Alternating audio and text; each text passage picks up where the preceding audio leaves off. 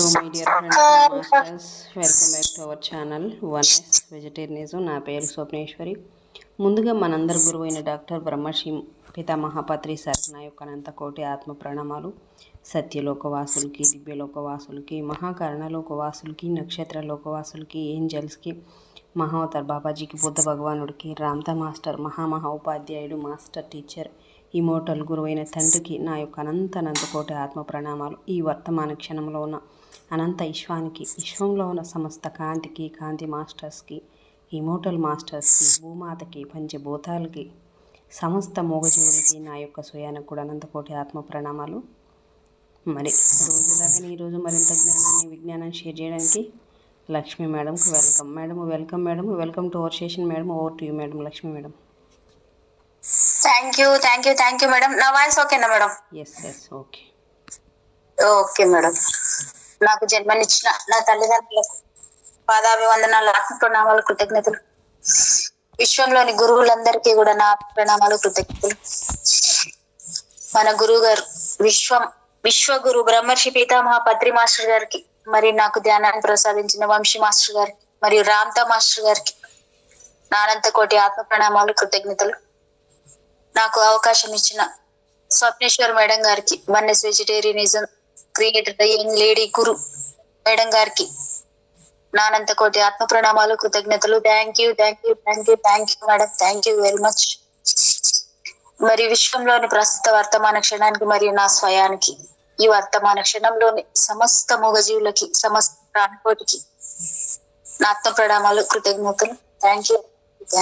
వీక్షిస్తున్న ప్రేక్షక దేవుళ్ళందరికీ కూడా నా అనంతకోటి ప్రణామాలు.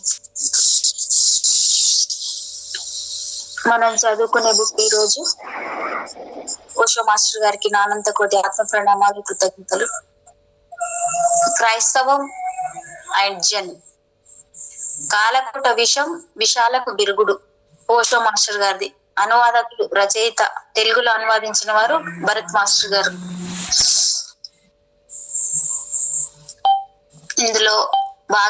ఇందులో ఎలా ఉందంటే, మానవాళి మత్తుమందు, చిరునవ్వుతో సేవ, ఖడ్గము కమలము, దీన్న మీరు నాగరికత అనేది, సింహాలు గొర్రెలవుతాయి, ఉత్తమ క్రీస్తు సైనికులు, నమ్మకం కాదు భయం, నాన్న కాని నాన్న, పిచ్చి పట్టిన కొడుకు, మరికొన్ని ఆధారాలు. Thank you masters. Thank you very much madam. ఒక్క సెకండ్, 1 second.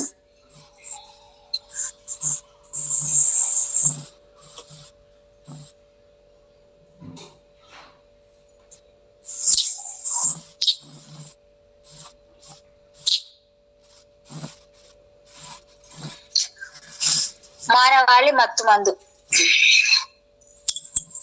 మిత్రులారా, సత్యం ఒకటే అయినప్పుడు ఎరుక కలిగి గురువులందరూ దాని గురించి వివిధ రకాలుగా ఎందుకు మాట్లాడారు ఇక్కడున్న సన్యాసులలో ఒకరు అడిగారు. నిజమే, సత్యం ఒకటే, కానీ దానికి అనేక వాస్తవ కోణాలు ఉంటాయి. వాటన్నిటిని ఏకం చేసి మాట్లాడడం కుదరదు. అందువల్ల ప్రతి గురువు వాటి నుంచి ఏదో ఒక దాన్ని ఎంచుకోవాల్సి వస్తుంది. అందుకే ఒక్కొక్కప్పుడు వారి మాటలు పరస్పర విరుద్ధంగా కనిపిస్తాయి. ప్రతి గురువుకు తనదైన శైలితో కూడిన భావ వ్యక్తీకరణ ఉంటుంది. చైతన్య పరంగా, ఎరుక పరంగా మీరు ఎంత ఎత్తుకు ఎదిగితే అంత విశిష్టమైన వ్యక్తిగా తయారవుతారు. విశిష్టత మీ సహజ స్వభావం, అంతేకాని అది ఎప్పుడు వ్యక్తిత్వం కాబోదు. మీ వ్యక్తిత్వం ఈ సమాజం మీకు ఇచ్చింది, అందుకే అది నకిలీ, మోసం. మీ అంతర్గత బుద్ధత్వము, మీ అంతర్గత వికాసమే మీ విశిష్టత. దివ్యత్వాన్ని చేరుకునేందుకు మీ లోపల ఉన్న ఏకైక మార్గం అది. భావ వ్యక్తీకరణలో ప్రతి గురువు అనుసరించే విధానం విశిష్టంగా ఉంటుంది. వారందరూ చెప్పేది ఒకటే. వారందరూ చందమామనే చూపిస్తున్నారు, కానీ వారు చూపించే వేలు చెప్పే విధానమే భిన్నంగా ఉంటాయి. చందమామను చూపించే బుద్ధుని వేలు, చువాంగ్ వేలు, లావోర్జు వేలు వేరువేరుగా ఉంటాయి. అదంతే. మీరు వేలుని పట్టించుకున్నట్లయితే మీ లక్ష్యాన్ని మీరు మర్చిపోయే అవకాశం చాలా ఉంది. చందమామను చూడటం ముఖ్యం, కానీ చూపించే వేలు ముఖ్యం కాదు కదా. సత్యానుభవం ఒకటే, కానీ దాన్ని చెప్పడంలో ప్రతి గురువు దాని దారి తాను చూసుకోవాల్సిందే. ప్రతి గురువు తన దారి తాను చూసుకోవాల్సిందే. అందుకే జ్ఞానోదయం పొందిన వ్యక్తులు కూడా పరస్పర విరుద్ధంగా మాట్లాడుతున్నట్లు మీకు కనిపిస్తారు. ఎందుకంటే అస్తిత్వం అనేక కోణాలతో, అనేక వైరుధ్యాలతో కూడుకున్నది. అన్ని వైరుధ్యాలు ఈ విశ్వంలో లీనమైపోయేవే.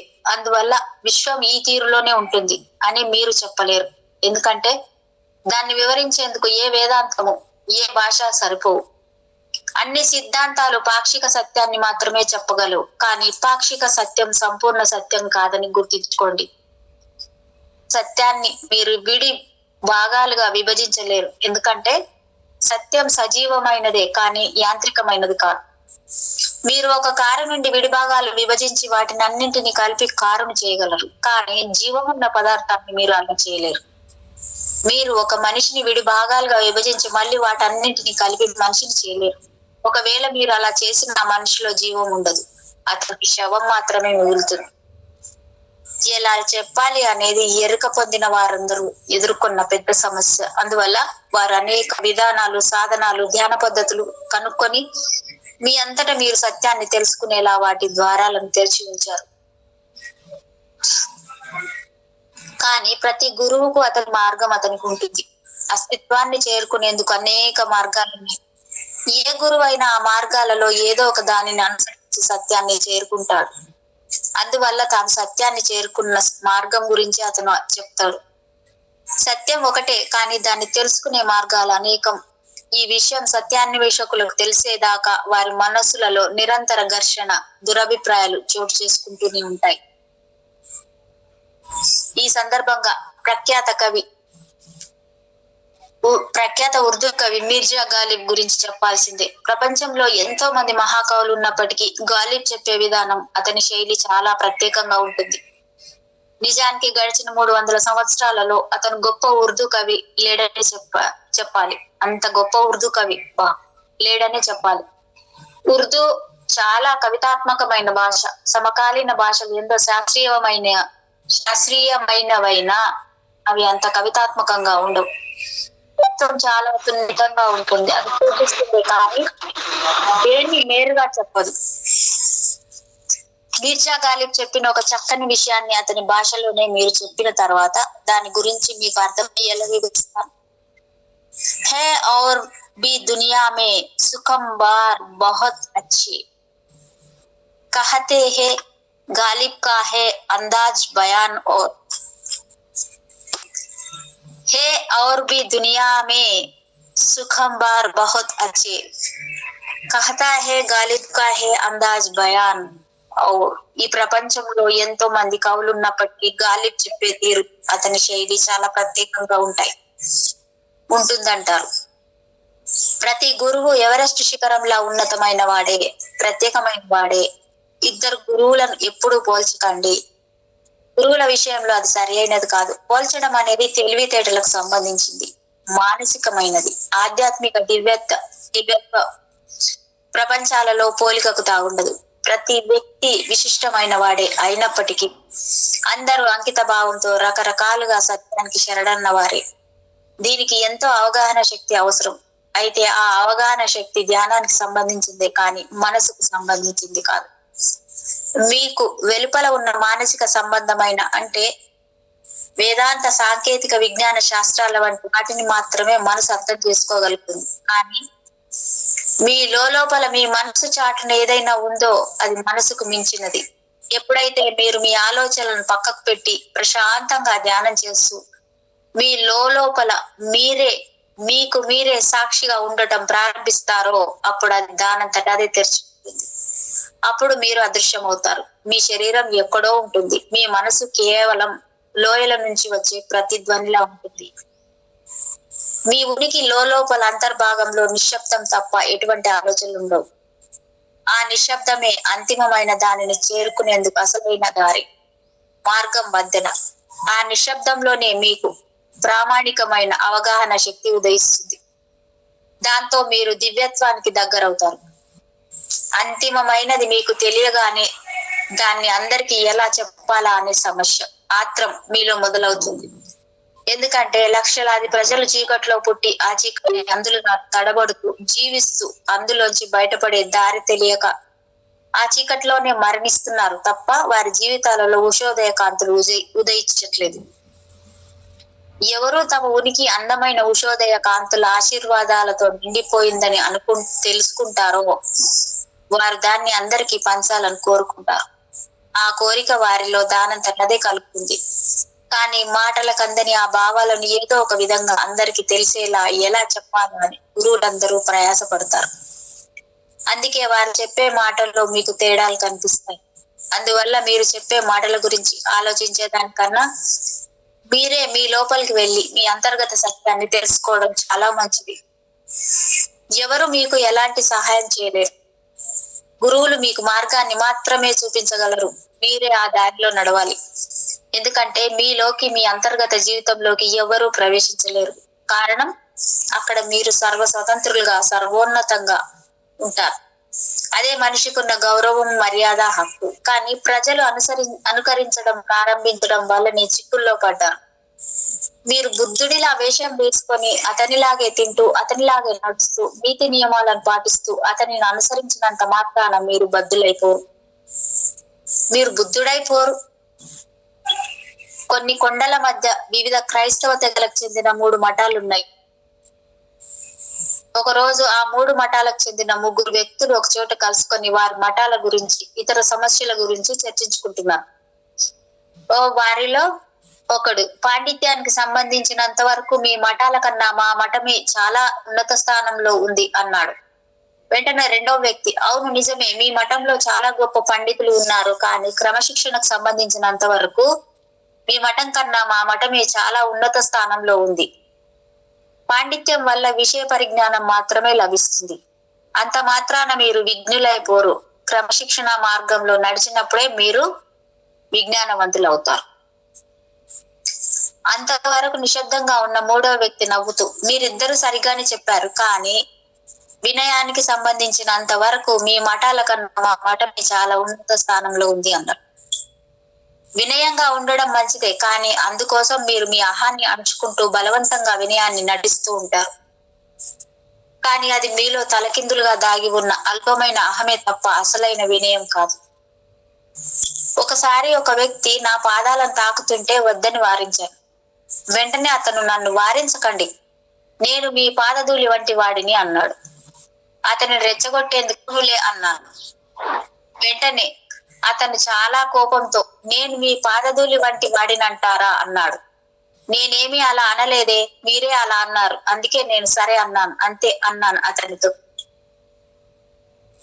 ఇలా ఏదో అభ్యాసం చేసి వినయాన్ని ప్రదర్శించడం కేవలం నటనే అవుతుంది. ఇది తప్ప ధార్మికత అనిపించుకోదు. కేవలం మీ లోపల నుంచి, మీ స్వానుభవం నుంచి ఉదయించిన ధార్మికత మాత్రమే తాజా గులాబీ పరిమళంతో ఉంటుంది. అప్పుడు మీ అహంకారులు కారు, వినయశీలురు కారు.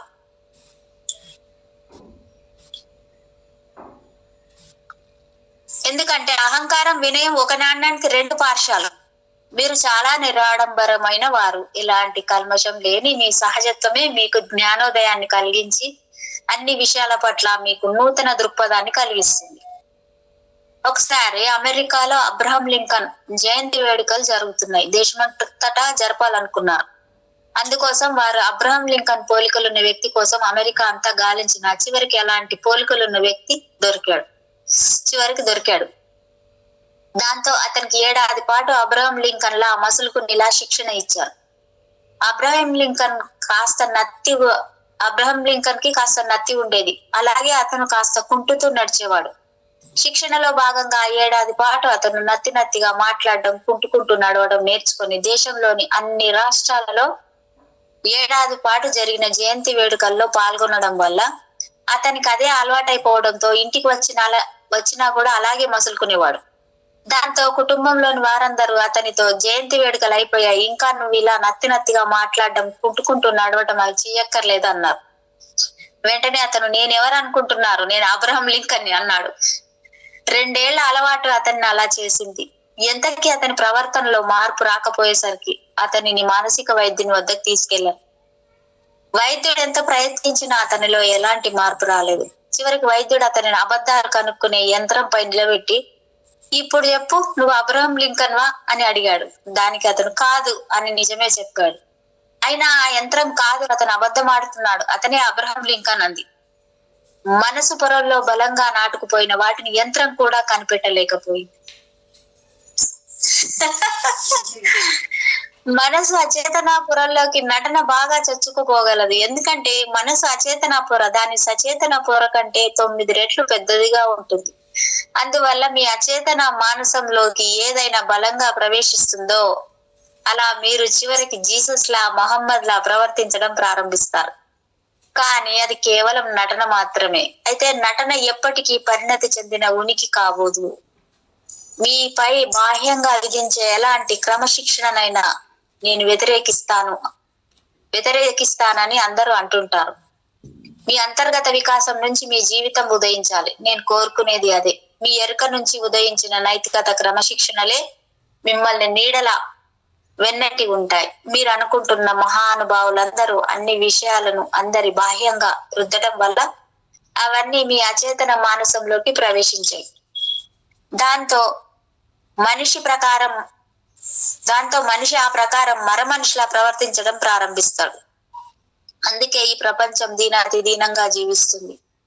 ఈ అనంత విశ్వం నుంచి మీరు మీ కూడా తెచ్చుకున్న మీలో శాశ్వతంగా నిక్షిప్తమై ఉన్న శక్తి బీజం అంకురించి చిగురించి మీ ఉనికిలో వికసించాలి. అప్పుడు నైతికత చిన్న విషయం అయిపోతుంది. మోజెస్ చెప్పిన 10 ఈశ్వరాజ్ఞలను మీరు వినక్కర్లేదు. మీ ఈశ్వరాజ్ఞలను మీరే కనుక్కోవాలి. అస్తిత్వ దివ్యత్వంతో మీరు అనుసంధానం కానంత వరకు మీరు చేస్తున్నవన్నీ కపటమైన, మోసపూరితమైన నకిలీ వ్యక్తిత్వానికి సృష్టించేందుకే. నేనొకటి విన్నాను. ఈ ప్రపంచాన్ని సృష్టించిన దేవుడు 10 ఈశ్వరాజ్ఞలతో ముందుగా బాబిలోయన్ల వద్దకు వెళ్ళి, నా దగ్గర 10 ఈశ్వరాజ్ఞలున్నాయి, వాటిలో ఒకటి మీకు కావాలా అని అడిగాడు. దానికి వారు అదేమిటి, వారు వద్దంటావా, ఇంకేం అదేమిటి అని అడిగారు. మీరు వ్యభిచారం చెయ్యకూడదు అన్నాడు దేవుడు. వెంటనే వారు, ఇంకేం చెయ్యాలి, ఈ విధవ జీవితంలో మాకున్న సరదా అదొక్కటే, దాన్నే వద్దంటావా, వెళ్ళవయ్యా వెళ్ళు అన్నారు. దేవుడికి కోపం వచ్చింది. అయినా వాళ్ళు వద్దన్నప్పుడు అతను మాత్రం ఏం చేయగలడు? దాంతో దేవుడు ఈజిప్టియన్ల వద్దకు వెళ్ళి అక్కడ నుంచి ఇంకా ఇతర తెగల జాతుల వద్దకు వెళ్ళి, నా దగ్గర ఉన్న 10 ఈశ్వరాజ్ఞల్లో ఒకటైనా మీకు కావాలా అని అడగడం. దానికి వారు అదేమిటి అని అడగడం. దేవుడు వారికి అదేమిటో చెప్పడం. వారు వెంటనే మేమేం చేయాలో మాకేం చెప్పక్కర్లేదు, ఏది మంచో ఏది చెడో మా అంతర్గత వికాసం నుంచి మేమే తీసుకుంటామని దేవుడికి చెప్పడం జరిగిపోయింది. చివరగా పవిత్ర భూమి ఇజ్రాయెల్ కనుక్కోవడం కోసం 40 సంవత్సరాలుగా సౌదీ అరేబియా ఏడారిలో అవస్థలు పడుతూ అన్వేషిస్తున్న మోజెస్ దేవుడికి ఎదురయ్యాడు. మోజెస్ తో వచ్చిన వారిలో దాదాపు అందరూ దారిలోనే చనిపోగా ఇజ్రాయెల్ చేరుకునేసరికి మోజెస్ వృద్ధుడవ్వడమే కాకుండా పాత తరం పోయి కొత్త తరం వచ్చింది. ఇది చేయండి, అది చేయకూడదు అని ఆజ్ఞాపించే మోజెస్ అంటే వారికి ఎలాంటి గౌరవం లేదు. అది అతని తప్పు కాదు, కారణం అతనెవరో వారికి తెలియదు. అలాంటి మోజెస్ ను కలుసుకున్న యోధులు గురించి మాత్రం తెలియని దేవుడు చాలా సందేహిస్తూనే, నీకు ఈశ్వరాజ్ఞ ఒకటైనా కావాలా అని అడిగాడు. దానికి మోజెస్ అదేమిటి అని అడగకుండా, దాని ధర ఎంత అన్నాడు. అది ఉచితంగా లభిస్తుంది అన్నాడు దేవుడు. వెంటనే మోజెస్, ఊరికే ఇచ్చే మాట అయితే నాకు 10 కావాలి అన్నాడు. దేవుడా, 10 కావాలంట మేడం. ఎవరి నుంచి తీసుకున్న ఎలాంటి ఆజ్ఞలైనా చివరికి ఆ దేవుడి నుంచి తీసుకున్న ఆజ్ఞలైనా మీరు ఎలాంటి విప్లవాత్మకమైన మార్పును తీసుకురాలేదు. అవి ఎప్పుడు మీలో కేవలం నటనను, కపటత్వాన్ని, అపరాధ భావాన్ని, అణిచివేత మనస్తత్వాన్ని కలిగిస్తాయి. కాబట్టి మీరేం చేసినా అవి ఈశ్వరాజ్ఞలకు వ్యతిరేకంగానే ఉంటాయి. బౌద్ధ సన్యాసుల కోసం బుద్ధుడు 33,000 నియమాలను ఏర్పరిచారు. పోల్చి చూస్తే వాటి ముందు ఈ 10 ఈశ్వరాజ్ఞలు అసలు లెక్కలోకే రావు. పైగా అన్నింటినీ మీరు కనీసం గుర్తించుకునేలోగా అవి మీ జీవన విధానాన్ని పూర్తిగా బయట నుంచి నియంత్రిస్తాయి. కానీ బయట నుంచి నియంత్రించే విధానం అంటేనే నాకు అసహ్యం. నేను ఖచ్చితంగా మీ ఉనికి వికాసాన్నే ప్రేమిస్తాను. ఎందుకంటే మీ అంతర్గత సామర్థ్యం వికసించినప్పుడు మీరు అప్రయత్నంగా ఎప్పుడు మంచిని ఎంచుకోవడం జరుగుతుంది. అదంతే. మనస్సును అధిగమించే పరిపూర్ణ వికాసం పొందిన మనిషి జీవితం ఎంపిక రహితంగానే తయారవుతుంది. అప్పుడు మీరు ఎప్పుడు మంచి పని చేస్తారు తప్ప ఇక మంచి పని కాబట్టి నేను ఆ పని చేస్తున్నా అని మీరు ఎప్పుడు అనరు. మంచి చెడులు, తప్పప్పులు, పాపపుణ్యాలు నిర్వచనాలు నా దగ్గర పూర్తిగా మారిపోతాయి. జ్ఞానోదయం పొందిన వ్యక్తి ఏం చేసినా అది సరిగ్గానే ఉంటుంది. అంతేకాదు అతను ఎప్పుడు తప్పు చేయడు. కాబట్టి నేను మీకు ఎరుకను బోధిస్తాను తప్ప ఎలాంటి క్రమశిక్షణ, నైతికతను ఎప్పుడు బోధించను. ఎందుకంటే మీరు ఎరుకలో ఉన్నప్పుడు ఎలాంటి తప్పు చేయలేరు, ఎవరికి ఎలాంటి హాని కలిగించలేరు, ఎవరి స్వేచ్ఛను హరించలేరు, ఎవరి జీవితంలోనూ జోక్యం చేసుకోలేరు. అంతేకాదు జీవితం పట్ల మీలో ఎంతో భక్తి, గౌరవ భావాలు ఏర్పడతాయి. అప్పుడు మీ మతంతో, మీ విశ్వాస విధానాలతో మీకు ఎలాంటి అవసరం ఉండదు. ఎరుక పొందిన వ్యక్తి ఎలాంటి వ్యవస్థీకృత మతానికి చెందడు. వ్యవస్థీకృత మతం ఎప్పుడు ధార్మికతకు వ్యతిరేకమే. అంతేకాదు ప్రతి వ్యవస్థీకృత మతం సత్యాన్ని చంపేస్తుంది. ఒక ప్రాచీన కథ.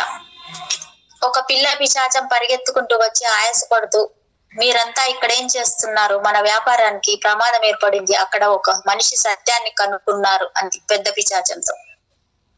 పెద్ద పిశాచం నవ్వుతూ, కూర్చొని విశ్రాంతి తీసుకో, మన వాళ్ళు అక్కడికి చేరుకున్నారులే అంది. నేను అక్కడి నుంచే వస్తున్నా, మన వాళ్ళెవరు అక్కడ లేరే అంది చిన్న పిశాచం. అక్కడ మన వాళ్లతో మన పనేం లేదు, మతాచార్యులు, రబ్బీలు, పోపులు, ఇమాంలు, శంకరాచార్యులే నా మనుషులు. ఇప్పటికే వారంతా అక్కడికి చేరుకొని అతన్ని చుట్టుముట్టి ప్రజలెవరు అతన్ని కలుసుకోకుండా చేసి అతను తెలుసుకున్న సత్యం గురించి వారంతా వ్యాఖ్యానించి దాన్ని ఒక దారిలో పెట్టే ఉంటారు. ఎప్పుడైతే సత్యం వ్యవస్థీకృతం అవుతుందో అప్పుడు అది మరుగున పోయి నాశనం అవుతుంది. కాబట్టి మనం భయపడాల్సిన అవసరం లేదు అంది పెద్ద పిశాచం.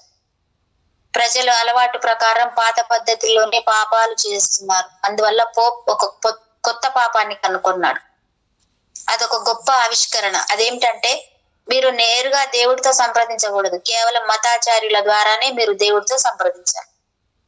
ఇంత గొప్ప పాపాన్ని కనుక్కున్న పోపిని మనం గొప్పగా పరిగణించాల్సింది. పోప్ చెప్పిన చిట్ట చివరి ఈశ్వరాజ్ఞ ఇదే అయి ఉంటుంది. నాకు తెలిసినంత వరకు మతాచార్యులే నా మనుషులు. పిశాచి మాటల అర్థం ఏమిటంటే వారందరూ దేవుడి గురించే మాట్లాడతారు, కానీ దేవుని గురించి మాట్లాడుతూ ప్రజలలో ఆ దేవుడిపై నమ్మకాన్ని కలిగించినంత మాత్రాన ఏమీ పెద్ద ప్రయోజనమేమి ఉండదు. ప్రజలలో పరిమాణం కలిగేందుకు అది ఏమాత్రం ఉపయోగపడదు. కాబట్టి నమ్మకంతో పని లేదు, కావాల్సిందల్లా తెలుసుకోవడమే. నమ్మకం కేవలం మీ అజ్ఞానాన్ని మరుగున పెడుతుందే తప్ప అది మీలో ఎలాంటి విప్లవాత్మకమైన మార్పును తీసుకురాలేదు. ఒకసారి ఒక విదేశీ పాత్రికేయుడు మీకు దేవునిపై నమ్మకం ఉందా అని రమణ మహర్షిని అడిగాడు. వెంటనే రమణ మహర్షి లేదు అన్నాడు. దేవుని గురించి తెలుసుకున్న మహానుభావుడే అలా అనటంతో అతను అదిరిపడి, నేను అడిగినది మీకు సరిగ్గా విన్నారా అని అడిగాడు. దానికి రమణ మహర్షి, నేను సరిగ్గానే విన్నాను, నాకు దేవునిపై నమ్మకం లేదు, ఎందుకంటే దేవుడు అంటే ఏమిటో నాకు తెలుసు కాబట్టి. నాకు ఎలాంటి నమ్మకంతో పని లేదు.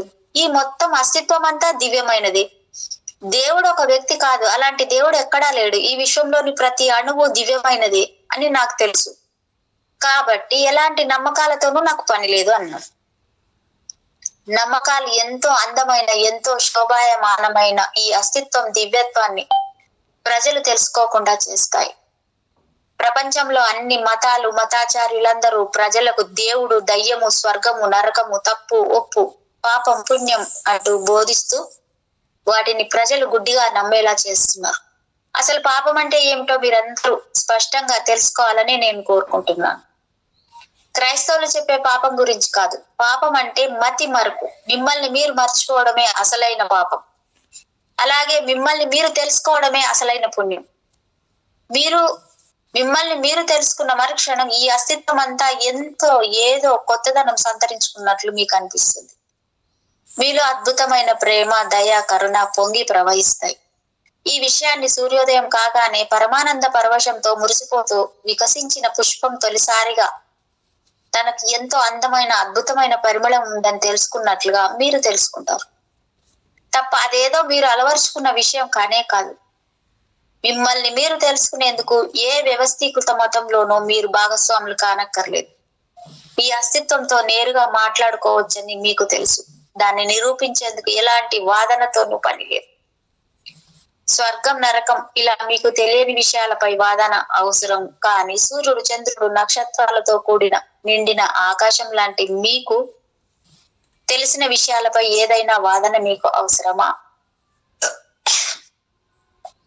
అన్ని మతాలు స్వర్గం నరకం దేవుడు దయ్యం గతం భవిష్యత్తు గురించి పట్టించుకున్నాయే కానీ మీ గురించి వర్తమానం గురించి పట్టించుకున్నట్లుగా ఎక్కడ కనిపించడం లేదు. కనిపించకపోవడం ఆశ్చర్యం అనిపిస్తుంది.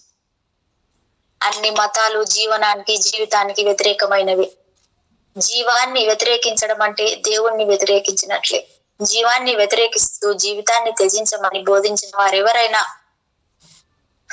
అస్తిత్వ దివ్యత్వాన్ని వ్యతిరేకించే నాస్తికులే. ఆడుతూ పాడుతూ ఆనందిస్తూ జీవితాన్ని సంపూర్ణంగా అనుభవించాలని ఎవరైతే మీకు బోధిస్తారో ఆ క్షణంలో ఈ అస్తిత్వం అంతా దివ్యమైనదిగా మారిపోతుంది. మీ ఆటల్లో పాటల్లో పరమానంద పరవశంలో ఈ అస్తిత్వం అంతా దివ్యత్వాన్ని సంతరించుకోవడంతో పాటు మీరు కూడా దివ్యత్వ శిఖరాలను చేరుకుంటారు. మీ దివ్యత్వాన్ని మీరు తెలుసుకోవాలి. అంతవరకు ఈ అస్తిత్వ దివ్యత్వాన్ని మీరు తెలుసుకోలేరు. ఈ అస్తిత్వ దివ్యత్వాన్ని తెలుసుకోవాలంటే మీ దివ్యత్వాన్ని మీరు తెలుసుకోవడమే తొలిమెట్టు. అది కేవలం ప్రారంభం మాత్రమే.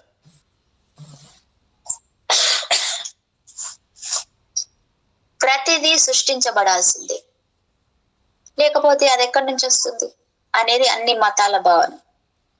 కానీ ఈ ప్రపంచాన్ని ఆ దేవుడు సృష్టించినట్లయితే ఆ దేవుడు ఎక్కడి నుంచి వచ్చినట్లు? మరి అతన్ని సృష్టించింది ఎవరు అని అవి ఎప్పుడైనా ఆలోచించవు. ఒకవేళ ఆ దేవుడు ఎవరి చేత సృష్టించబడని వాడైతే అనవసరంగా వాడు ఉన్నట్లు కల్పించడంలో అర్థమేముంది?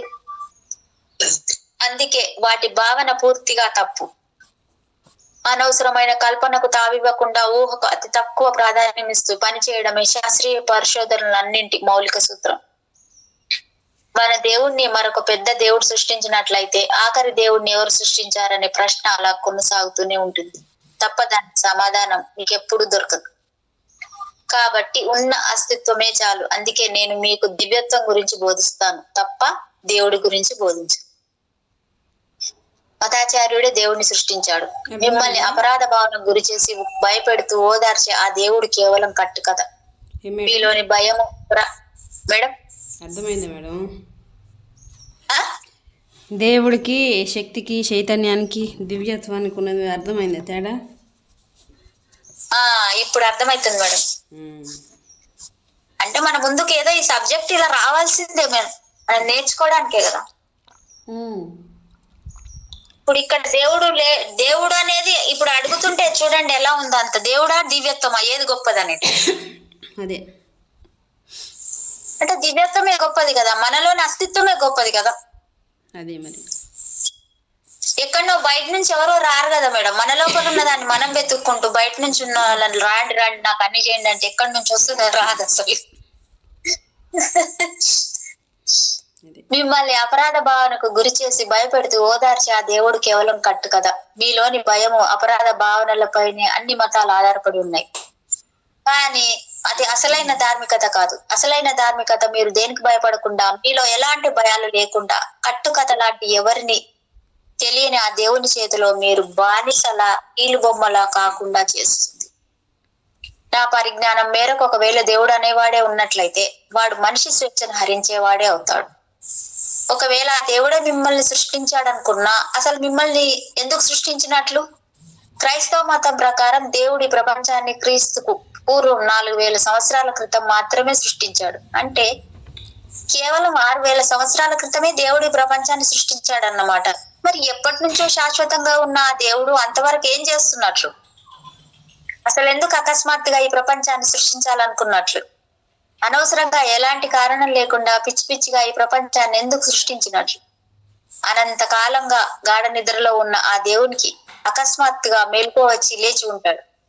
ఖచ్చితంగా ఆ రోజు జనవరి 1వ తేదీ సోమవారం అయి ఉంటుంది. ఎందుకంటే ఆ దేవుడు ఆ రోజు నుంచి 6 రోజుల పాటు పనిచేసి 7వ రోజు అయిన ఆదివారం నుంచి శాశ్వతంగా సెలవు తీసుకొని ఉంటాడు.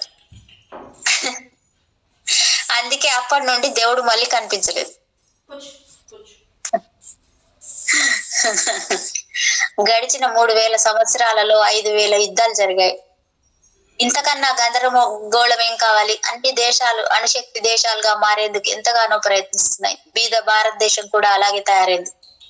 సగం జనాభా ఆకలితో అలమటిస్తున్న వచ్చే 10 ఏళ్లలో 50 కోట్ల జనాభా చనిపోయే పరిస్థితి ఉన్న రాజకీయ నాయకులు ఏం పట్టించుకోరు. ఇద్దరిలో ఒకరు చనిపోతూ ఈ దేశం పెద్ద శ్మశానంగా మారబోతుంది. శవాలకు చితి పెట్టేందుకు కనీసం వాటిని శ్మశానానికి తరలించేందుకు కూడా మనుషులు దొరకరు. మీ చుట్టూ శవాలే ఉండటంతో బతుకు దుర్భరంగా తయారవుతుంది. దేశమంతా చావు కంపు కొడుతూ ఉంటుంది. అలాంటి అయినా రాజకీయ నాయకులు ఏం పట్టించుకోరు. దేశాన్ని అణుశక్తి దేశంగా మార్చాలనేదే వారి తాపత్రయం. కానీ వారు ఆ పని ఇప్పుడో చేసేస్తారు. అంతా గందరగోళంగా తయారైంది.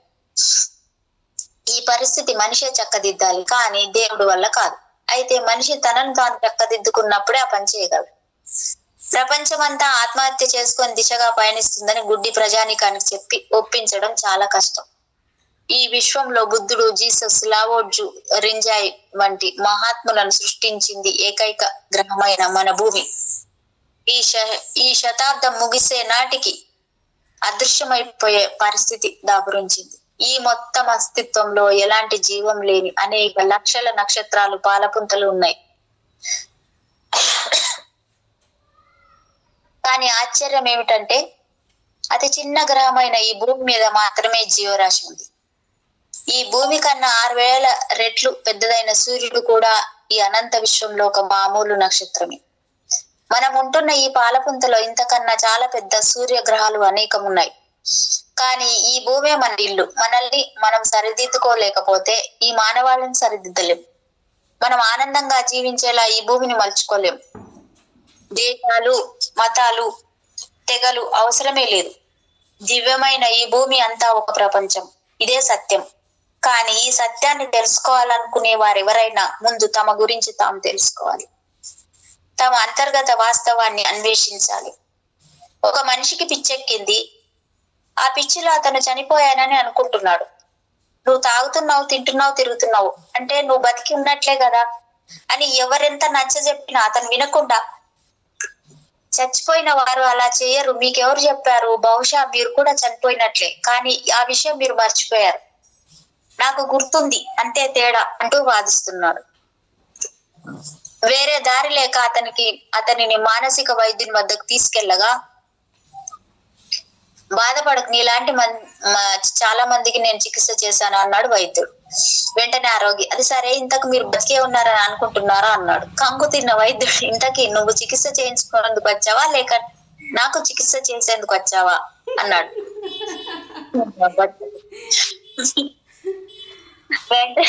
వెంటనే ఆరోగి, మీరు బతికే ఉన్నారా లేదా అని విచారించానులేండి.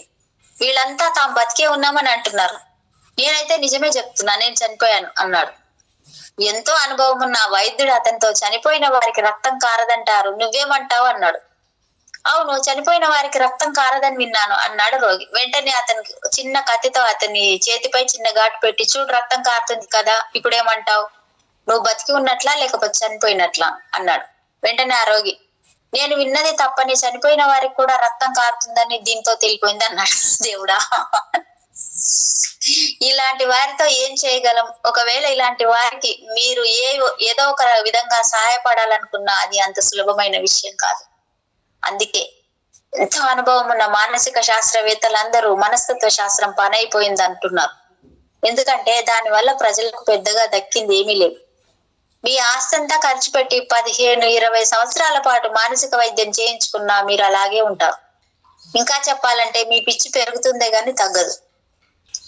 ఆధ్యాత్మిక అన్వేషణ దిశగా పయనిస్తూ స్వీయ అన్వేషణ చేసే వారికి ఏదో విధంగా సహాయపడటం అనేది చాలా కష్టమైన వ్యవహారం. ఇక్కడ నేను చేస్తున్న పని అదే.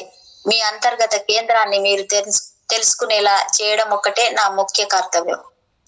అప్పుడు ప్రతిదీ దానంతటదే మిమ్మల్ని అనుసరిస్తుంది. ప్రపంచ చరిత్రలో గౌతమ బుద్ధుడు ఒక్కడే బుద్ధుడు కాడు, ఇంకా అనేక వేల బుద్ధులున్నారు.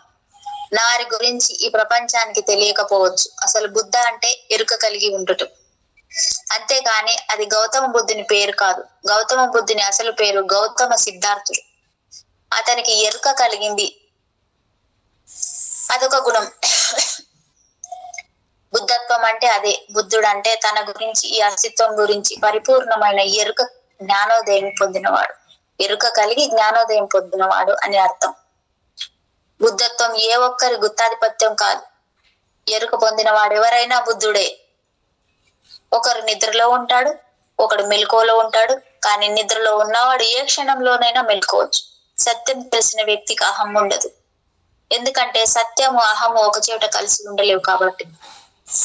ఉండలేవు కారణం వాటి మధ్య సహజీవనం అసంభవం. మేడం ఇలా చెప్తున్నారు చూడండి. సత్యము అహం ఒక దగ్గర ఉండే, నిజంగానే ఉండే మేడం. అహం మీ వ్యక్తిత్వం, మీ మౌలిక ప్రవృత్తి, అసలైన వాస్తవం. మీరు మీ అహాన్ని విడిచిపెట్టి ఈ అస్తిత్వాన్ని ముందుగా నగ్నంగా నిలబడాలి. అస్తిత్వం ముందు నగ్నంగా నిలబడాలి. సముద్రంలో పడిన నీటి బిందువు సముద్రమైనట్లుగా అంతటా ఉన్న అద్భుతమైన ఈ దివ్యత్వ సాగరంలో మరొక నీటి బిందువులా లీనమైపోవాలి. ఈ సాగర సంగమమే అసలైన ధార్మిక అనుభవం. ఆధ్యాత్మికతను సాధించాలంటే భౌతికవాద మూలాల్లోకి చొచ్చుకుపోవాలన్నదే నా మౌలిక విధానాలలో ఒకటి. దీనిని అనుసరించినంత వరకు మీరు ఆధ్యాత్మికతలో ఏ మాత్రం ఎదగలేరు. భూమి లోతుల్లోకి వెళ్లకుండా నక్షత్రాలను అందుకోవాలనే ప్రయత్నం చేయడం తూర్పు దేశాలు చేసిన తప్పు. అందుకే అవి ఆ ప్రయత్నంలో విఫలమయ్యాయి. అలాగే పాశ్చాత్య దేశాలు కూడా మరొక తప్పు చేశాయి. కేవలం భౌతికవాదానికే ప్రాముఖ్యం ఇచ్చి భూమి లోతుల్లోకి కూరుకుపోయే నక్షత్రాలు ఉన్నాయనే విషయాన్ని అవి పూర్తిగా మర్చిపోయాయి. తూర్పు పశ్చిమ దేశాల మధ్య, ఆకాశానికి భూమికి మధ్య, భౌతికతకు ఆధ్యాత్మికతకు మధ్య, మీ బాహ్య అంతర్గతాల మధ్యన చక్కని సమన్వయాన్ని సృష్టించలేకపోవడం వల్లే మన ప్రపంచం అవస్థలు పడుతుంది. ఆ సమన్వయాన్ని సాధించినంత వరకు మానవాళికి వేరే దారి లేదు.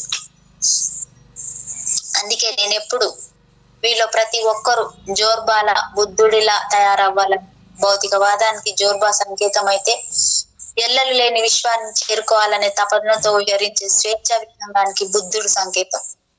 మనీషా ప్రశ్న.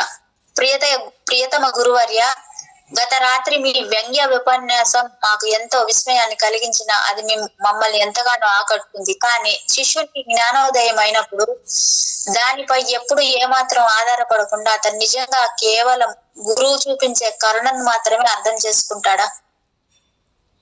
మనిష, ఇక్కడ ఎవరు నాపై ఆధారపడి లేరు. నువ్వు నాపై ఆధారపడాలనుకుంటున్నా, అందుకు నేను ఒప్పుకోను. వ్యవస్థీకృత మతాలను సృష్టించుకున్నారు కాబట్టే మీలో ఆ కోరిక నాటుకుపోయింది. అందువల్లే అన్ని రకాల చర్చలకు, మత విధానాల ఛాందస సాంప్రదాయాలకు మీరు బానిసలయ్యారు. మానసికంగా పసివాడు తల్లిదండ్రులపై ఆధారపడినంతగా మీలో తండ్రి భావన చాలా బలంగా నాటుకుపోయింది. అబ్బాయి మనసులో తల్లి భావన, అమ్మాయి మనసులో తండ్రి భావన బలంగా నాటుకుపోయాయి. ఇదే పెద్ద సమస్య. ప్రతి అమ్మాయి తన భర్తలో తన తండ్రిని చూసుకునేందుకు జీవితం అంతా ప్రయత్నిస్తూ ఉంటుంది. కానీ అది అసంభవం. ఎందుకంటే భర్త ఎప్పుడు అలా ఉండడు. అందుకే ప్రతి స్త్రీ నిరాశకు గురవుతుంది. అలాగే ప్రతి అబ్బాయి తన భార్యతో తన తల్లిని చూసుకునేందుకు జీవితం అంతా ప్రయత్నిస్తూనే ఉంటాడు. కానీ ఏ స్త్రీ మీ అమ్మలా ఉండదు. ఎందుకంటే అది ఏది పునరావృతం కాదు. అందువల్ల ప్రతి పురుషుడు నిరాశకు గురి అవుతాడు. భర్త ఎప్పుడు భార్యలో తన తల్లిని, భార్య ఎప్పుడు భర్తలో తన తండ్రిని చూసుకునేందుకు ప్రయత్నించడం వల్లనే వారి మధ్య నిరంతర ఘర్షణ, యుద్ధం చోటు చేసుకుంటూ ఉంటాయి. ఇలాంటి పరిస్థితుల్లో భార్య భర్తలు ఎలా కలిసి ఉండగలరు? అందుకే పెళ్లి నరకం అవుతుంది. దీనాతి దీనంగా జీవించే అలాంటి భార్య భర్తలకు ఎక్కడో ఒక చోట ఏదో ఒక ఓదార్పు కావాలనిపిస్తుంది. ఆ వెతుకులాటలో దేవుడి దగ్గర, మతాచార్యుడి దగ్గర వారికి ఓదార్పు లభిస్తుంది. కేథలిక్ మతాచార్యులతో సహా క్రైస్తవ మతాచార్యులందరూ పెళ్లి కాని వారే. అయినా వారందరినీ మీరు ఫాదర్ అని పిలుస్తారు. అందుకు కారణం లేకపోలేదు. ఇప్పుడు వారందరూ తాము నిజమైన తండ్రులం అనిపించుకునేందుకు తల్లుల కోసం తెగ వెతుకుతున్నారు. కానీ వాటిని ఒప్పుకోదు. అందుకు ఒప్పుకోదు. అయినా ఒక దేవుడిని మాత్రమే మీరెందుకు తండ్రి అని పిలుస్తారు? ఎంతో మంది తల్లి దేవతలు కూడా ఉన్నారు కదా. ఇవన్నీ మీ పసితనంలో మీలో చాలా బలంగా నాటుకుపోయిన భావాలు. అందుకే వాటిపైన మీరు ఆధారపడ్డారు. అయినా పరాన్న జీవుల్లా ఎంతకాలం మీరు మీ తండ్రులపై ఆధారపడతారు, మీ తల్లిదండ్రులపై ఆధారపడతారు? 25 ఏళ్ల అప్పటికే మీరు పిహెచ్డి పట్టా పొందుతారు. అయినా మీరు పరాన్న జీవులే. కానీ మీ తల్లిదండ్రులు మాత్రం మీరు ఎవరిపైన ఆధారపడకుండా చాలా స్వతంత్రంగా ఉండాలనుకుంటారు. ఇప్పుడు ఆ సమయం వచ్చింది. కానీ వారు తమకే తెలియకుండా 25 ఏళ్లలో ఆధారపడడం ఒకటే మీకు బోధించారు. ఇప్పుడు మీరు ఈ ప్రపంచంలో వచ్చి పడ్డారు. కానీ మీ మనస్తత్వం మాత్రం జీసస్ లాంటి వారెవరైనా వచ్చి మిమ్మల్ని రక్షించాలని ఎప్పుడూ కోరుకుంటూ ఉంటుంది. అందుకని మీరు గొర్రెల్లా సిద్ధంగా ఉంటారు. బాధపడకండి, నన్ను నమ్మండి, నేను మిమ్మల్ని రక్షిస్తాను అని మిమ్మల్ని ఓదార్చేందుకు మీకు ఒక గొర్రెల కాపరి అవసరం అవుతాడు. అలాగే సర్వజ్ఞుడు, సర్వధర్యామి, సర్వశక్తిమంతుడైన ఎవరో ఒక దేవుడు మీకు అవసరం అవుతాడు. దేవుడు అంత గొప్పవాడై ఉండాలనేదే మన కోరిక. లేకపోతే వాడు మనల్ని ఎలా రక్షిస్తాడు? ఇలాంటి ఆధారపడే మనస్తత్వాన్ని ఆసరాగా చేసుకొని మిమ్మల్ని ఓదార్చే మతాచార్యుడు మానవాళిని ఖచ్చితంగా దోచుకుంటాడు. మతం మానవాళి మత్తుమందు అన్న కార్ల్ మార్క్స్ మాటలు ఎంత నిజమో కదా. మీరు అనుకుంటున్న ఈ వ్యవస్థీకృత మతాలన్నీ ఖచ్చితంగా మానవాళికి మత్తుమందు లాంటివి. అయితే నేనెప్పుడు ధార్మికతను మానవాళి మత్తుమందు అనను. అది పూర్తిగా విభిన్నమైన వ్యవహారం. దానికి దేవుడు, మతాచార్యుడు, ఫాదర్, రబ్బీలు ఉండరు. మీ కాళ్లపై మీరు నిలబడుతూ ఈ అస్తిత్వంపై అచంచల విశ్వాసం ఉన్న మీకు ఎలాంటి మధ్యవర్తులు ఉండరు. మనిష, నా ప్రయత్నం అంతా దానికోసమే. నీకు జ్ఞానోదయమైనా కాకపోయినా నువ్వెప్పుడు నాపై ఆధారపడకూడదు. ఎందుకంటే ఆధారపడేవాడు ఎప్పుడు ఆధ్యాత్మిక బానిసత్వంలోనే ఉంటాడు. అలాంటి బానిసకు జ్ఞానోదయం పొందే హక్కు లేదు. మీకు జ్ఞానోదయం కాకపోయినా మీ స్వేచ్ఛ, మీ స్వాతంత్రాలను మీరే ప్రకటించుకోవాలి. ఎందుకంటే ఆ స్వేచ్ఛ స్వాతంత్రాలే మీరు జ్ఞానోదయం పొందేందుకు చక్కని మార్గాన్ని ఏర్పరుస్తాయి. ఒకసారి జ్ఞానోదయం అయిన తర్వాత మీరు దేనిపై ఆధారపడాల్సిన అవసరం ఉండదు. మీరు చాలా కృతజ్ఞతతో కరుణ కురిపిస్తూ మీ గురువు మీపై చూపించే కరుణను మీరు అర్థం చేసుకోగలుగుతారు. అచేతనాంధకారంలో ప్రేమ, కరుణను అర్థం చేసుకోవడం మీకు చాలా కష్టం అవుతుంది. దీని గురించి మీరు ఇప్పుడేం పట్టించుకోకుండా చిత్తశుద్ధితో ధ్యానం చేస్తూ దాని లోతుల్లోకి వెళ్ళండి. అప్పుడు మీకు కరుణ అంటే ఏమిటో, దాన్ని ఎలా అర్థం చేసుకోవాలో చక్కగా తెలుస్తుంది. అలాగే స్వేచ్ఛ అంటే కృతజ్ఞత, విశ్వాసరాహిత్యం కూడా తెలుస్తుంది. దాన్ని ప్రదర్శించవలసిన అవసరమే లేదు. ఎందుకంటే గురువు కోసం మీ హృదయం ఎప్పుడూ కృతజ్ఞతాపూర్వకమైన కరుణతో పరమానందంగా స్పందిస్తూనే ఉంటుంది. అయితే అది ఆధారపడటం ఏమాత్రం కాదు. తన మాటే వినాలని, తాను చెప్పినట్లే నడుచుకుంటూ ఒక బానిసలా తన దగ్గరే ఉండాలని అసలైన గురువు మీ నుంచి ఎప్పుడూ ఆశించడు. అలాంటి వాళ్ళందరూ మోసగాళ్లే. నా దగ్గర ఎలాంటి నిబంధనలు ఉండవు. అతి సహజంగా జీవించే విశిష్ట వ్యక్తిత్వం ఉన్న వారందరూ ఇక్కడ కలుసుకుంటారు. అంతేకాని ఇదొక వ్యవస్థ, సంఘమో, సమాజమో, చర్చో కానీ కాదు. నాకు పంచడం అంటే చాలా ఇష్టం. దానివల్ల నాకు ఎలాంటి నష్టం ఉండదు. ఎందుకంటే ఎంత ఎక్కువగా పంచితే అంత ఎక్కువగా దక్కుతుందనే రహస్యం నాకు తెలుసు. అంతేకాదు, అలా పంచడం వల్ల అస్తిత్వపు అంతర్గత పరిజ్ఞానం, దాని మర్మాలు మీకు చక్కగా తెలుస్తూ ఉంటాయి. అందువల్ల ఎవరు నాపై ఆధారపడవలసిన పని లేదు. నేను మీ స్నేహితుడిని మాత్రమే.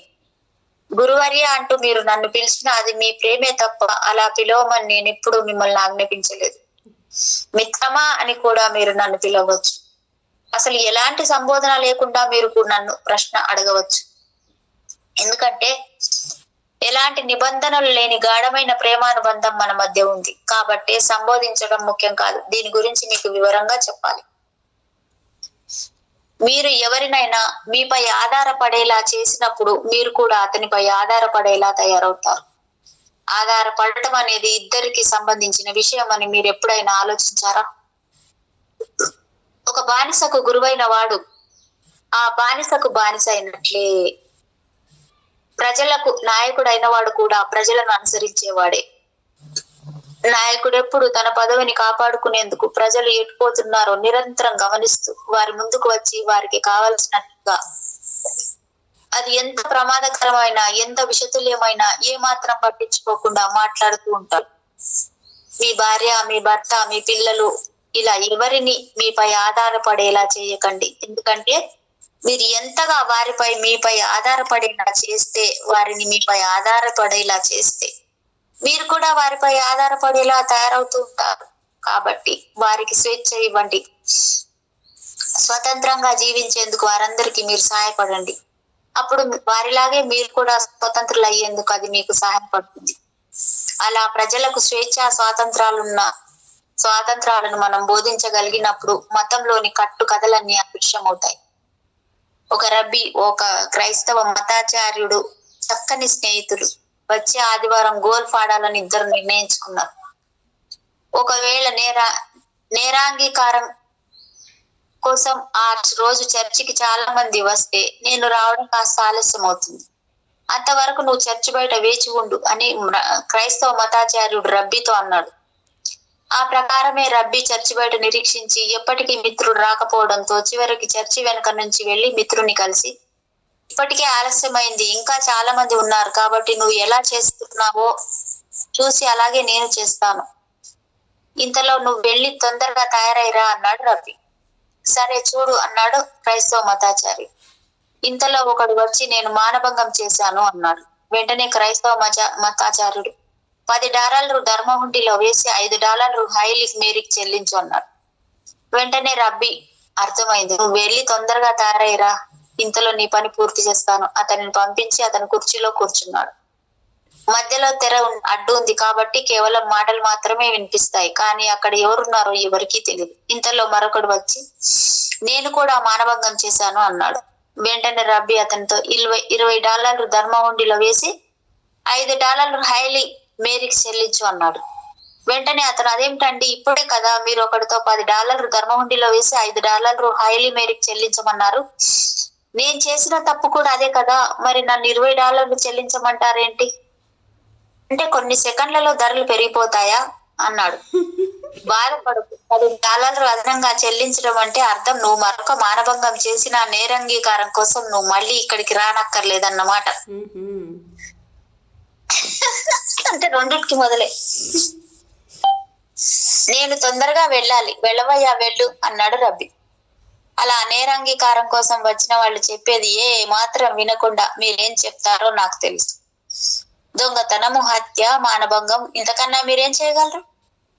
చేసింది చెప్తే చాలు. ఎలా చేశారో వివరించి చెప్పక్కర్లేదు. నాకు మాత్రం నీ సాయం లేదు. హత్య చేస్తే $30 ధర్మహుండీలో వేసి $10 హైల్ మేరీకి చెల్లించి వెళ్ళండి అన్నాడు. అలా వచ్చిన వాళ్ళందరి చేత జరిమానా కట్టించుకుని అందరినీ పంపేశాడు. ఇంతకు ముందన్నాడు మన బిషప్ ఇలా ప్రవర్తించలేదే, అంతా వింతగా ఉంది అనుకున్నారందరూ. ఇంతలో అటుగా వచ్చిన క్రైస్తవ మతాచార్యుడు ఇక్కడ ఎవరు లేకపోవడంతో ఆశ్చర్యపోయాడు. వెంటనే రబ్బీ అతనితో, ఇది చిన్న వ్యాపారమైనా మీరు చాలా చక్కగా చేస్తున్నారు. మా సినగాగులో ఇలాంటి ఆచారం లేదు, అందుకే మాకు ఆర్థికపరమైన అభివృద్ధి లేదు. వెంటనే మా సినగాగులో దీన్ని ప్రారంభించేందుకు నేను ప్రయత్నం చేస్తాను అన్నాడు. కానీ రబ్బీలందరూ అది క్రైస్తవ ఆచారమే, అక్కడంతా కుదరదు అన్నారు. వెంటనే అతను ప్రధాన రబ్బీ వద్దకు వెళ్లి, వాళ్ళంతా చాలా చక్కగా వ్యాపారం చేస్తున్నారు, పైగా జీసస్ యూదునిగా పుట్టి యూదునిగా జీవించి యూదునిగా మరణించిన జీసస్ క్రైస్తవుడు కానే కాదు, అతను మన బిడ్డ, అతని వ్యాపారానికి మనమే అసలైన వారసులం అన్నాడు. అతని పక్కనే ప్రధాన రబ్బీ సహాయకుడు కూడా ఉన్నాడు. కాస్త శాంతించు, మనం మరొక వ్యాపారం చేస్తున్నాం. నా సినగాకు ఎంతో అధునాతనమైంది. అక్కడ సిగరెట్లు కాల్చడం, బీరు, సారాయం తాగవచ్చు, ఎవరేం చేయాలనుకుంటే అది చేయొచ్చు. సినగాగులో చేసే ప్రతిదీ పవిత్రమైనది, అందుకే అందరూ వస్తున్నారు. మా సినగాగు ఎప్పుడు రద్దీగానే ఉంటుంది అన్నాడు ప్రధాన రబ్బీ. వెంటనే అక్కడే ఉన్న ప్రధాన రబ్బీ సహాయకుడు, మీరు చెప్పలేదు కానీ నేను ఇంకా చక్కగా చేస్తున్నాను. సిగరెట్లు, బీరు, సారాయితో పాటు వారు తమ ఆడ లేక మగ స్నేహితులను తెచ్చుకొని ప్రేమ కలాపాలు సాగిస్తున్నా నేను ఏమి అనను, ఎందుకంటే మనం మౌలికంగా బోధించేది అదే కదా. అందుకే తమ భార్యలనే కాదు పక్కింటి వాడి పెళ్ళాన్ని తెచ్చుకొని ప్రేమ కలాపాలు సాగిస్తున్నా నేను అడ్డుకోను. అందుకే సినగాగు అంత రద్దీగా ఉంటుంది. మన సినగాగుల అవకాశం దక్కడం కోసం చాలా మంది నిరీక్షిస్తున్నారు. అందువల్ల వంతుల వారిగా సినగాగులో నడపవలసిన సినగాగు లోపల ఏం చేసినా పవిత్రమే అన్నాడు. ఇదంతా విన్న మొదటి రబ్బీ, అంతా అర్థమైంది, ఇప్పుడు సినగాగులో నేను అంతకన్నా గొప్పగా చేస్తాను అన్నాడు. ఏం చేస్తావేంటి అని అడిగారు ప్రధాన రబ్బీ అతని సహాయకుడు. వెంటనే రబ్బీ, ప్రతి యోధుల సెలవు దినం రోజున సినగాకు మూయబడును అని చెక్కపై రాయించి సినగాగు ముందు తగిలిస్తాను. ఆనందించడమే మన మౌలిక సూత్రం కదా, అందరూ ఆనందించాలి. అందుకు నేను పైకం వసూలు చేస్తాను. ఎందుకంటే అనవసర ధర్మోపదేశాలను బలవంతంగా వినక్కర్లేదు కదా, అందుకు వాళ్ళు పైకం చెల్లించాల్సిందే, లేకపోతే సినగాగును తెరుస్తా. అప్పుడు అందరూ ధర్మోపదేశాలు వినేందుకు రావాల్సి వస్తుంది అన్నాడు. ఇలా మతం ఒక వ్యాపారంగా తయారైంది. $10 ధర్మహుండీలో $5 హెయిలీ మేరీకి చెల్లిస్తే సరిపోతుంది. మీకు మరొక మానభంగం చేసేందుకు ఎలాంటి ఇబ్బంది ఉండదు, పైగా చౌక కూడా. అన్ని మతాలు ఇలా తయారయ్యాయి ఎందుకంటే మీరు పరాధీనత కోసం అన్వేషిస్తున్నారు. అందుకే దేవునితో నేరుగా సంప్రదించడం మహాపాపం అంటాడు పోప్. అదంతే, లేకపోతే మతాచార్యుడు బతికేదెలా? అన్ని బ్యాంకుల కంటే అధికంగా సంవత్సరానికి $100 మిలియన్ వ్యాపారం చేసే వాటికన్ బ్యాంకు నడిచేదెలా? ఆ డబ్బంతా హెరాయిన్ అమ్మకాలపై వచ్చింది. పైగా నల్లధనాన్ని తెల్లధనంగా మారుస్తుంది. అదొక పెద్ద మాఫియా. అందువల్ల ఆ బ్యాంకును నిర్వహిస్తున్న క్రైస్తవ మతాచార్యుని వెంటనే నిర్బంధించమని ఇటలీ ప్రభుత్వం ఉత్తర్వులు జారీ చేసింది. వాటికన్ కేవలం 8 మైళ్ళ విస్తీర్ణమే అయినప్పటికీ అదొక సర్వసత్తాక దేశం. అక్కడ పోప్ కేథలిక్ చర్చి ప్రధానాధికారి మాత్రమే కాదు, ఆ దేశాధినేత కూడా. వాటికన్ చర్చి వాటికన్ మేడం అంటే పోప్ జాన్ పాల్ వీళ్ళు ఉన్నారు కదా, 1, 2, 3 ఇవి ఉంటాయి, వీళ్ళు ఉంటారు కదా ఎప్పుడు. అది చాలా నిజంగా చాలా ఇన్కమ్ మేడం, చాలా అక్కడ. అదే చెప్పేది, వాటికన్ చర్చ్ చాలా రిచ్ అంట. తండ్రి కూడా చెప్తాడు, అంత విజ్ఞానంలో కూడా వస్తుంది వాటికన్ చర్చ్ గురించి. అక్కడ వాటికన్ చర్చ్ గురించి చెప్తాడు. అవును, రాంతా మాస్టర్ చెప్పింది ఉన్నది కదా వాటికన్ చర్చ్ గురించి, చాలా వచ్చింది మేడం. వాటికన్ కేవలం 8 మైళ్ళ విస్తీర్ణం అయినప్పటికీ అదొక సర్వసత్తాక దేశం. అక్కడ పోప్ కేథలిక్ చర్చి ప్రధానాధికారి మాత్రమే కాదు, ఆ దేశాధినేత కూడా. అంటే అక్కడ పోప్ కేథలిక్ చర్చి ప్రధానాధికారి, మళ్ళీ అక్కడ దేశానికి నేత కూడా ఆయననే. ఇటలీ ప్రభుత్వం వాటికన్ లోపలికి ప్రవేశించలేదు. అందువల్ల క్రైస్తవ మతాచార్యుడు బయట వచ్చినప్పుడే అతన్ని నిర్బంధించేందుకు అధికారులు వాటికన్ వెలుపలే నిరీక్షిస్తున్నారు. కానీ పోప్ ఏం చేశాడో తెలుసా? అతన్ని ఇటలీ ప్రభుత్వానికి అప్పగించకపోగా కార్డినల్ అతనికి పదోన్నతి కల్పించాడు. ఎందుకంటే తనకు కావలసిన డబ్బును అతనే ఏర్పాటు చేస్తున్నాడు. పోప్ ఆ డబ్బంతా తన పర్యటనల కోసం ఖర్చు పెడుతున్నాడు. పోప్ కన్నా ముందు ఆస్ట్రేలియాకు సందర్శించిన ఇంగ్లాండ్ రాణి కేవలం $2 మిలియన్ మాత్రమే ఖర్చు చేయగా పోప్ $8 మిలియన్ ఖర్చు చేశారు. బాబోయ్! కేవలం కేథలిక్ చర్చ్ విషయంలో మాత్రమే ఇలా జరగలేదు, అన్ని మతాలలోనూ ఇదే పరిస్థితి దాపురించింది. ఎందుకంటే ప్రజలకు ఓదార్పు అవసరం. నరకానికి వెళ్లకుండా కాపాడతానని హామీ ఇచ్చే ఎవరో ఒకరి అండ వారికి కావాలి. అందుకే ప్రజలు డబ్బులు చెల్లిస్తారు. ఇక్కడ నా దగ్గర మీరు మీపై ఎలా ఆధారపడాలో నేర్చుకోవాల్సి వస్తుంది. మీ మూలాలను మీరే అన్వేషించండి. మీరు స్వేచ్ఛగా ఉండేందుకు, నాతో సహా అందరి నుంచి మీరు స్వేచ్ఛ పొందేందుకు నేను మీకు సహాయపడగలను. ఎందుకంటే స్వేచ్ఛ ఒకటి అత్యంత విలువైనది నా భావన. పోలాక్ పోప్ తుది శ్వాస విడిచేందుకు మరణశయ్యపై ఉన్నాడు. అతని చుట్టూ మతాచార్యులతో పాటు క్రైస్తవ మత గురువులు, కేథలిక్ మతాధికారులు ఉన్నారు. వారిలో ఒక కేథలిక్ మతాధికారి పోప్ కేసు చూసి గట్టిగా ఏడుస్తూ కన్నీరు కారుస్తున్నాడు. అతనిని చూసిన పోలాక్ పోప్ అతనితో, బాధపడకు, వాటికన్ మండలి ఖచ్చితంగా నాకన్నా గొప్ప వ్యక్తిని నా స్థానంలో నియమిస్తుంది.